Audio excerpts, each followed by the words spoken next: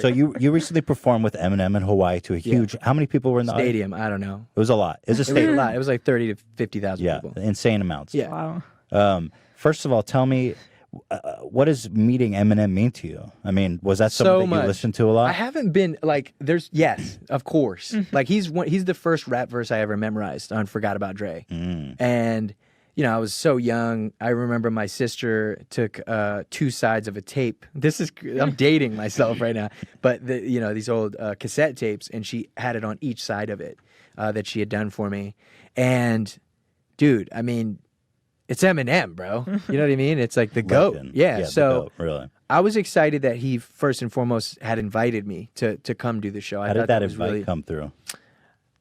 It's a long story. It's a long story. It's like, We got time. Yeah, but I I know. understand if you don't want to say it. I can't explain, but it was very cool. That's all I'm going to say. Okay. But I get this invite from him. That's amazing. Yeah. That's and recognition from really the highest place. Right? insane. So we're in Hawaii and I'm there and I'm just like really stoked and I know I'm going to meet him. But the whole time I was like, cool, like whatever, like it's all good. Like, yeah, this is cool.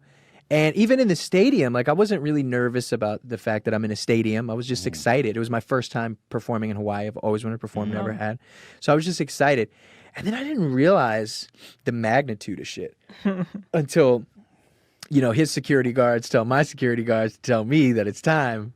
And so it's like a 7-minute trek through the stadium. Like I get in like a car and I go through all the gnarliest shit. And we walk there and I'm there with Paul Rosenberg, who's over at Def Jam. He's the president of Def Jam, and he's his manager. So I don't know if you remember those old the first songs he would do, and he would like Paul would call and be like, "You can't say this crazy ass shit," blah blah blah, and that was him.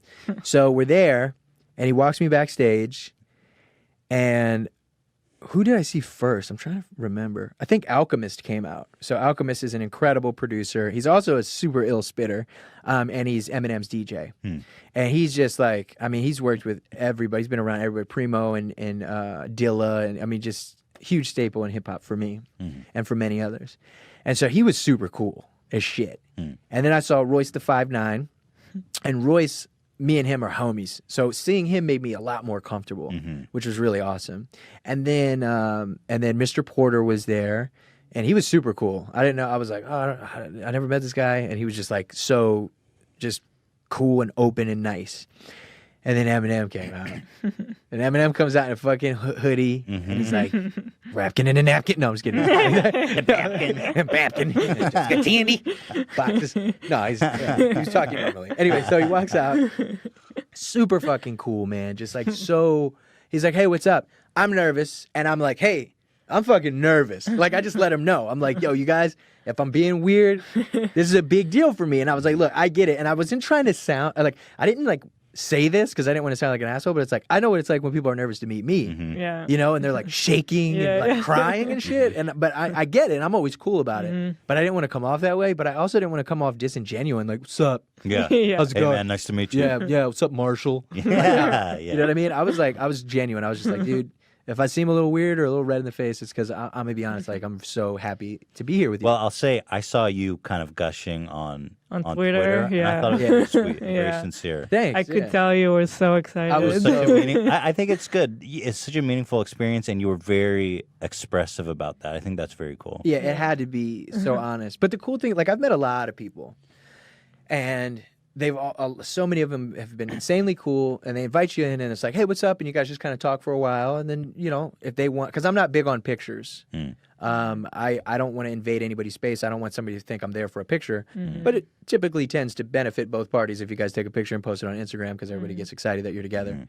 But they were like, "We want a picture," and I was like, "Oh my God, that's so cool." And so we took a picture, but the biggest thing was just talking hip hop.